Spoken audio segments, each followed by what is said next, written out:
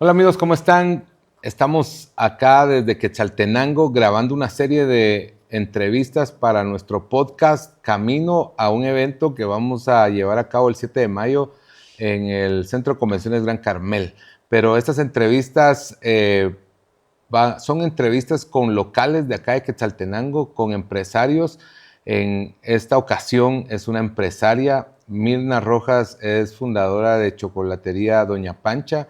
Ella es quinta generación chocolatera. Es una mujer que ha trascendido por empresaria, por emprendedora, también por la cultura del chocolate, experta en el tema.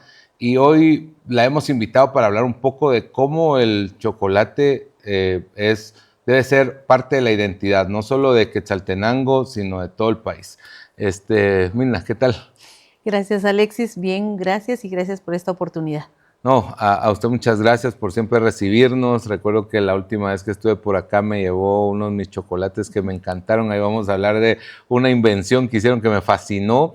Este chocolate que se puede disolver en agua, que parece un bombón, al estilo Doña Pancha, dice usted. Así se llama. Al estilo Doña Pancha se llama esta forma de hacer chocolate que vamos a hablar hoy también. Pero quisiera comenzar por allá en quinta generación ya de chocolatera. ¿Cómo es la historia que ha transcurrido en estas 5 generaciones?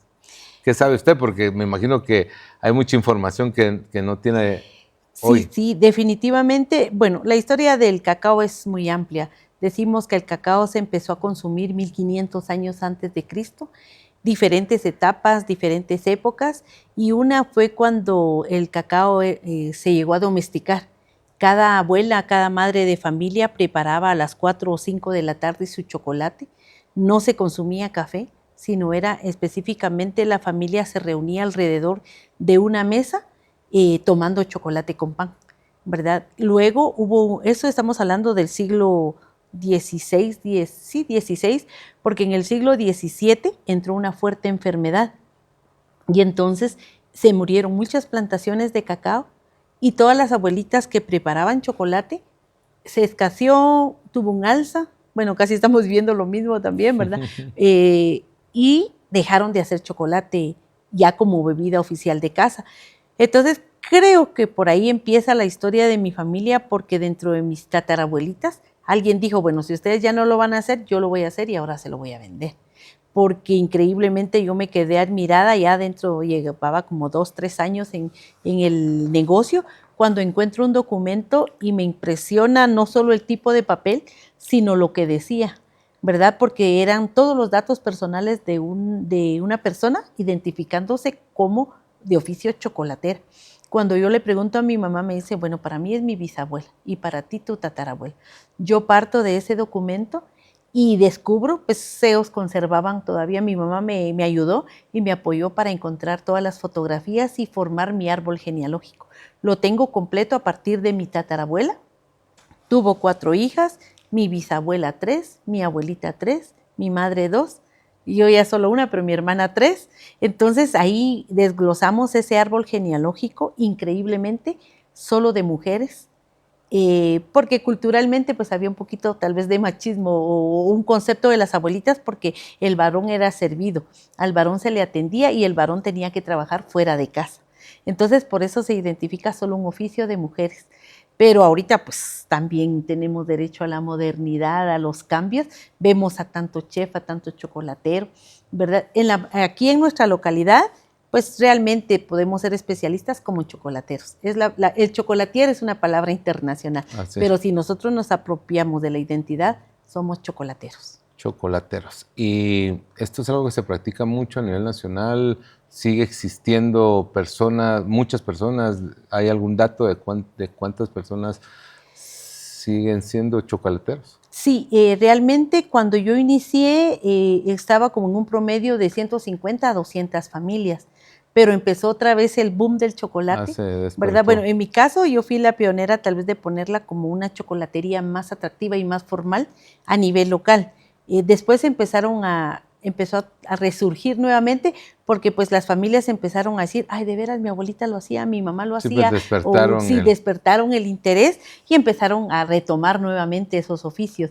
Y ahorita yo creo que pasamos de las 300, solo a nivel de Quetzaltenango, no sé si es a sus alrededores de municipios, pero solo en Quetzaltenango, solo 300. En Quetzaltenango.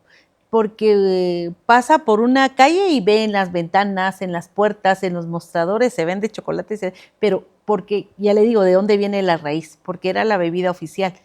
Luego, a nivel Guatemala, pues tenemos que es muy común en Tecpan, en Mixco, que no se diga, ¿verdad? En las comunidades indígenas, en este lado de lo que es el altiplano occidental, es muy ceremonial, o sea, tiene conceptos, no digamos Suchitepeques.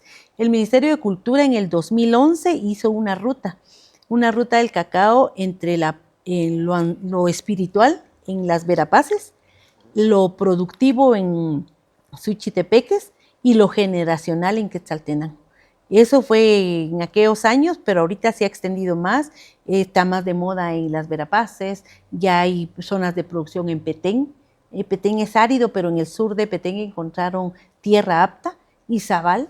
Las Verapaces pasa al norte de Quiché y está cayendo ya al norte de Huehuetenango.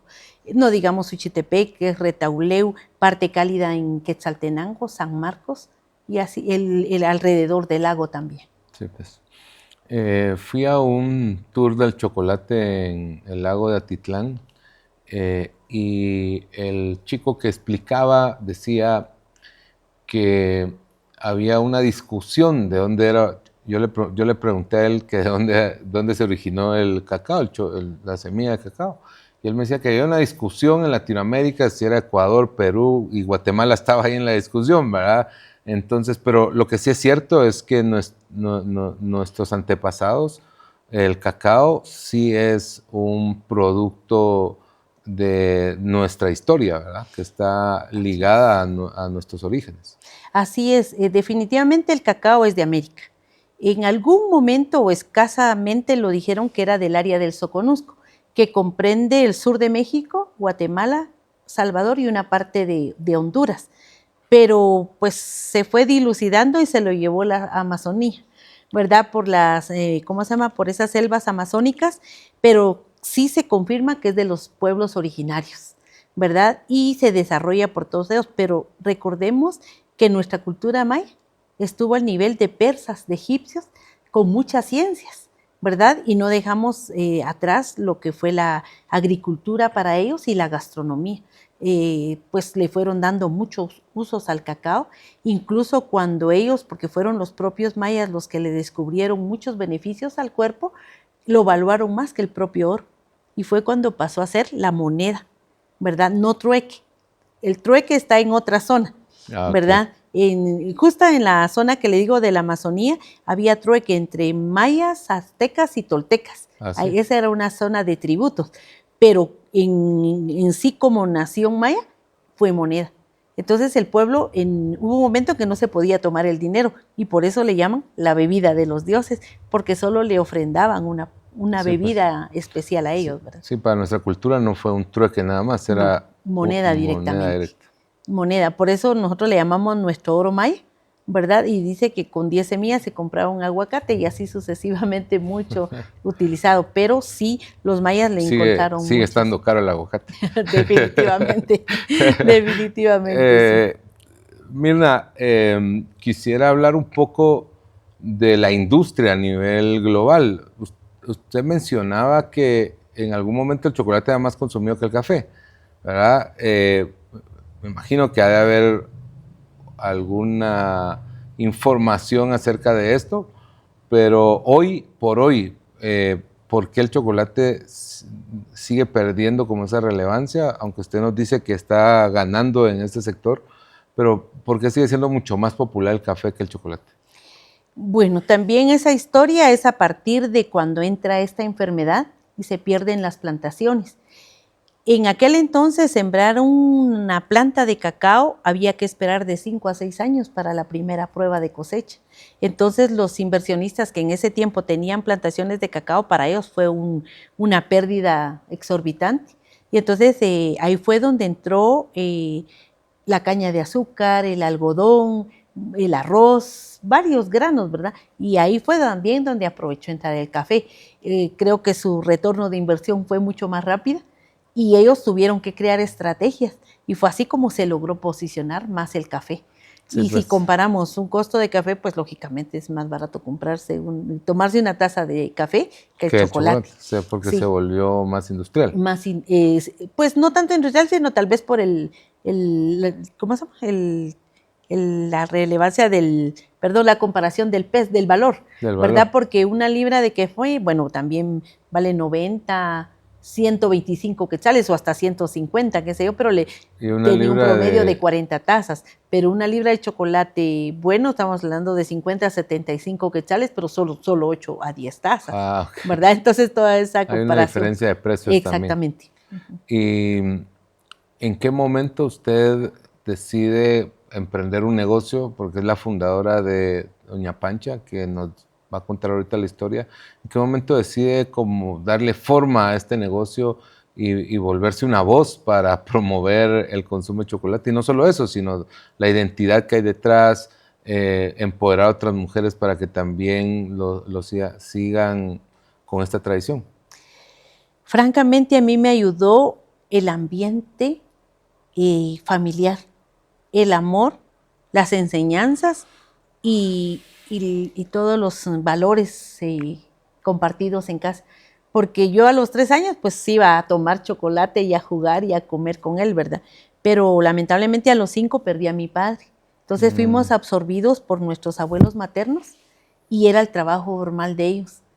Entonces ahí hubo mucha convivencia y francamente Ellos trabajaban de chocolate. Sí, porque ya venía de generaciones. O sea, ahí está la cuarta, que era mi abuelita, la quinta mi mamá, perdón, la tercera mi abuelita, la cuarta mi mamá y la quinta yo.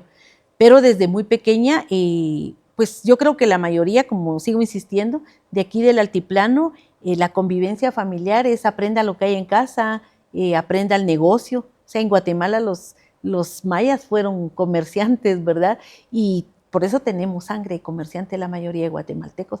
Entonces a mí me enseñaron a vender, yo vendí desde pequeña, yo viví y crecí más en un barrio del centro histórico que tiene un mercadito de barrio, ¿verdad? Me mandaron a vender zanahorias, rábanos, hoja de milpa. Mi abuelita era muy comerciante. Ella llevaba chocolate a algunos municipios y traía otros productos. Y mi hermana y yo, pues nos mandaban a vender. Entonces nos enseñaron a ser comerciantes. Nos inculcaron ayudar en familia y ayudar en el negocio. Mi abuelita tenía, bueno, los abuelos tienen palabras sabias, ¿verdad? Y mi abuelita decía, estudien, prepárense, pero también aprendan el negocio que tienen en casa o un oficio, porque de algo se tienen que defender en la vida. Entonces siento que me inculcaron mucho, pero lo que más me inyectaron en las venas fue el chocolate, sí, ¿verdad? ¿Por qué el guatemalteco debería de tener esa misma, correr por sus venas del chocolate? ¿Por qué también deberíamos de adoptar esa identidad con el chocolate? Es un producto que nos identifica bastante, no solo como país, no solo como sector económico, sino por el valor cultural. Porque desde que lo consumimos antes de Cristo, después de Cristo, se volvió, digamos, muy relevante ceremonialmente, espiritualmente, y es parte de nuestra cultura viva, porque está presente en la familia, en la sociedad, en la religión, en la cultura y hasta en lo político, porque los mayas ofrendaban chocolate en todos esos aspectos. Había un nivel político, ¿verdad?, que se ofrendaba. En lo cultural, póngale ahorita aquí en Xela que se está rescatando todo lo que es cultura, si hay una inauguración de un arte, de fotografía o pinturas, el cóctel debe ser una taza de chocolate. Con y no un poquito digamos de licor. Mejor si es con piquete, pero también póngale en la religión, no importa la que sea, pero en este caso hay mucho más representatividad en la católica, que hay bautismo, comunión, confirmación, bodas, no digamos las cofradías, las hermandades.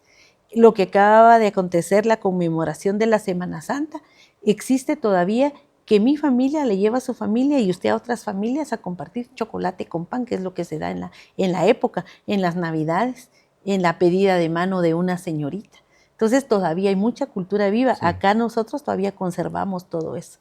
Y en la familia, pues siempre, yo no sabía que en la capital no se cantaba, ya queremos pastel, chocolate también. Aquí sí se canta Ah, eso. sí. Yo pensé No que era sabía. nacional y sí, y solo es Chocolate acá. también. Aquí se canta ya queremos pastel, chocolate también. Y yo hasta el año pasado me enteré de eso, ni siquiera Sí, lo pues sabía. ya cambiaron el chocolate por gaseosa. Porque sí, lamentablemente también. Pero, Mirna, quisiera entrar ahorita a hablar del proceso del chocolate que lleva el proceso de chocolate para comercializarse. ¿Cómo es un día de Mirna en la fábrica, en su chocolatería? ¿Cómo es desarrollar este negocio? Bueno, en realidad yo lo aprendí desde muy pequeña, pero entendí que el chocolate había que trabajarlo de manera natural, apostarle a un segmento que estaba esperando una mejor calidad de chocolate. Nuestro país es rico en variedades de cacao. Estamos catalogados dentro de los primeros 10 países de mejor sabor. O sea, si alguien se convierte en un catador de cacao, va a apostar por nuestro cacao. Y pues mi día a día es dejar formulado un día antes para empezar el día, trabajar las variedades. Me puse a desarrollar demasiados productos y digo, ahora paren la mano porque mis hijos y pues tengo un sobrino que es casi como mi hijo, que me ponen a crear más, les digo, no, un momento, hasta ahí, ¿verdad? Porque, ¿Cuántos productos tiene ahorita? creo que no hemos hecho el conteo formal, pero tenemos más de 75 dentro de unas primeras, o sea, hay de una sola línea diferentes sabores. Tal vez por eso podemos llegar a 75, pero tenemos dentro de lo que es de tomar, de comer, de confitería, usos como la cocoa, como la manteca de cacao, y no digamos hasta cosméticos, ¿verdad? Sí, pues. De cacao. Pero, ¿qué me nace a mí en ver que día a día estandarizar los procesos? Estandarizar los procesos, tener esos controles de manejar siempre la estandarización para que nuestros clientes no vean una calidad primero y otra después. ¿Y Guatemala es exportador de chocolate? ¿Exporta a otros países? Sí, pero muy poco, porque lo que ellos más quieren es la materia prima. Y eso no nos conviene, porque si nosotros transformamos el producto, generamos más empleo. Tenemos cuánto beneficiado desde lo que es el empaque, la mano de obra. Entonces, y nosotros pues queremos que nuestro país tenga unas mejores condiciones de vida. Sin embargo, si se va el cacao, nos viene quintuplicado ese precio, pues por todos sus costos, ¿verdad? Nos es un poquito difícil, no imposible, entrar a los mercados por las exigencias, por el costo incluso el costo de transporte, ¿verdad? Nosotros vendemos en nuestra página. Nuestro mercado más cercano es Estados Unidos, pero son lotes pequeños. Tenemos un cliente en Chicago, pero aún así son pequeños lotes en ciertas épocas del año. Sí, pues no todo el año, No no. todo el año. Pero Okay. lo que es más codiciado, francamente, es el cacao. Y para nosotros somos un poco celosos. No manden el cacao, mandemos chocolate. ¿Qué tendría que pasar para que crezca esta industria, para que pase lo que está diciendo, que haya más, que nos comenta, que haya más generación de empleo, que haya más oportunidad de negocio para otras personas también que quieran dedicarse a esto? ¿Qué tendría que pasar? ¿Y qué han hecho ustedes, verdad? También, porque entiendo que ha sido una promotora del chocolate. Sí, yo lo estoy viendo ahorita del lado positivo, porque en el caso de nuestro director de turismo, está haciendo un buen papel. Está promocionando a Guatemala en muchas ferias con café, chocolate, artesanía y gastronomía.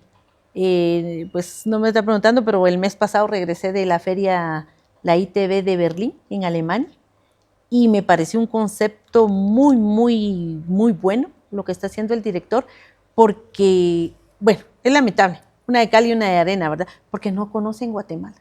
¿Y dónde es Guatemala? Pero al probar los productos del café son amantes, ya conocen el café guatemalteco. Y cuando prueban el chocolate, o sea, van para el café, pero cuando prueban el chocolate se regresan al chocolate. Se fueron artesanos con barriletes, impresionante que la gente pudiera hacer su barrilete. Y no digamos los chefs, todos somos rotativos, ¿verdad? Pero ese es un buen papel. Entonces, eso es lo que necesitamos. nosotros especializarnos cada vez más en nuestro arte y las autoridades promocionarnos. Entonces yo creo que sí hay un ancla en que podamos manifestar para poderle dar a conocer a los ojos del mundo que tenemos buenos productos. Y eso que solo estamos hablando del chocolate, porque hay un sinfín de productos. Sí. Entiendo que ha crecido mucho en Quetzaltenango el consumo de chocolate, por lo que me decía. ¿Cómo es hoy el mercado aquí para ustedes? ¿Cómo les ha ido? ¿Cómo ha crecido el negocio? ¿Hacia dónde va el negocio, su negocio? Sí, fuimos los pioneros, francamente, de retomar la cultura del chocolate. Decirle a la gente de que había una calidad de chocolate y los beneficios del chocolate. Entonces, sí, a raíz de la pandemia, también nos hicimos multiplicadores de esa información para que la gente encuentre esos beneficios, porque ayuda a los pulmones, ayuda a los bronquios, o sea, más que todo para las vías respiratorias. Y entonces la gente también lo fue descubriendo de manera informativa o formativa, y sí entonces estamos generando nuevamente el consumo del chocolate. Y muchos piensan que comerse una trufa, un bombón, un chocolate realmente fino, es solamente de marcas internacionales o de Francia o de Suiza, ¿verdad? Y no, acá ya hay muchas colegas que cada vez también se están especializando más para poder dar al público esas opciones. ¿Cuál diría que son sus top 5 productos? ¿Cómo se usan y cómo encontramos esos productos en el mercado? Sí, bueno, la verdad de que yo creo que son más de 5 top, ¿verdad? Porque 10 top. 10 top, porque todos tienen, o sea, Tienen barras de chocolate. Yo me he vuelto muy fan de estas barras que hay en los aeropuertos y siempre compro de otros países. Somos de Guatemala, obviamente, pero me gusta probar de muchos países porque he encontrado una variedad de chocolate, que ya no solo es el chocolate, y me gusta mucho el chocolate oscuro, 80-90%, que el otro día le di a alguien un pedacito, me dijo, ¿cómo te puedes comer esto? Un chocolate del 90% chocolate, pero a mí me fascina comerme una barra de chocolate del 90% chocolate. No sé, como que le encontré el gusto, pero también he encontrado mezclas de chocolate, como que ya hay una variedad de chocolates, he encontrado una mezcla de chocolates. El otro día había una con arándanos, con semillas varias, o sea, he encontrado diferentes chocolates. Me encantó un empaque, se lo cuento para de repente lo ha visto o le puede servir, pero el empaque cuando abrías el chocolate, todo el empaque mencionaba el proceso del chocolate, de dónde había sido, de quién había sido, había foto de quiénes, de los productores del chocolate, del proceso y todo. Era un chocolate africano, pero me llamó la atención y dije, no he visto algo así en Guatemala, ¿verdad? Como contar la historia, como contar esa historia de que aquí tenemos un buen chocolate, ¿verdad? Pero la pregunta era, denos el top de productos que... Nosotros tenemos, bueno, la tendencia está en el ya no consumir azúcar, porque es uno de los principales que le hacen daño al chocolate, ponerle excesos de azúcar, no digamos los excesos de grasa. Sí, entonces le apostamos a ese mercado de empezar con el 0 azúcar, tanto para tomar. Pero que chocolate es cuando se le pone azúcar, antes se llama cacao. Antes es cacao. Bueno, el transformar el cacao es chocolate. Porque, aunque no se le eche azúcar. Aunque no se le eche azúcar. Okay. Aunque no se le eche azúcar porque, digamos, el cacao es la semilla, pero transformarla, ya tostarla, descascararla, molerla o refinarla, porque, digamos, ahí viene, molerla es para tomar, refinarla es para comer. Entonces nosotros manejamos esas dos líneas, desde 0 azúcar, y empezamos a jugar con los porcentajes cada vez más bajos de cacao, desde el 100%, el 90%, 85%, 75%, tenemos que llegar a veces hasta un 50%, porque hay público que le gusta dulce. Y cuando yo inicié, esa fue mi meta, quitarle el azúcar. Y vi a médicos incluso ponerle cucharadas de azúcar a mi chocolate. Pero bueno, fue cuestión de gustos, ¿verdad? Sí. Entonces sí, ahora bien, primero es quitarle el azúcar y luego había un grave error y todavía existe en la industria, porque sí hay una industria, los que trabajan grandes cantidades de ponerles agregados. Aparte del azúcar. Aparte del azúcar, estabilizadores, edulcorantes y no digamos las grasas saturadas. Entonces ahí viene una distorsión completa, ¿verdad? Sí, Son sí. ricos, pero porque los laboratorios ya nos ofrecen esos estabilizadores de sabores, colores y todo. Sí. Pero realmente el chocolate, mientras más natural es, mucho mejor. Ok. ¿Cómo se usa al estilo Doña Pancha? ¿Cómo se usa? Cuéntanos un poquito del producto. Ahí vamos a tratar de en los videos poner fotos, pero cuéntanos de Lo ese que producto. A mí me encantó ese producto porque el otro día me dio y solo calentas agua y le pones es como un bombón con un palito y ya quedó hecho el chocolate.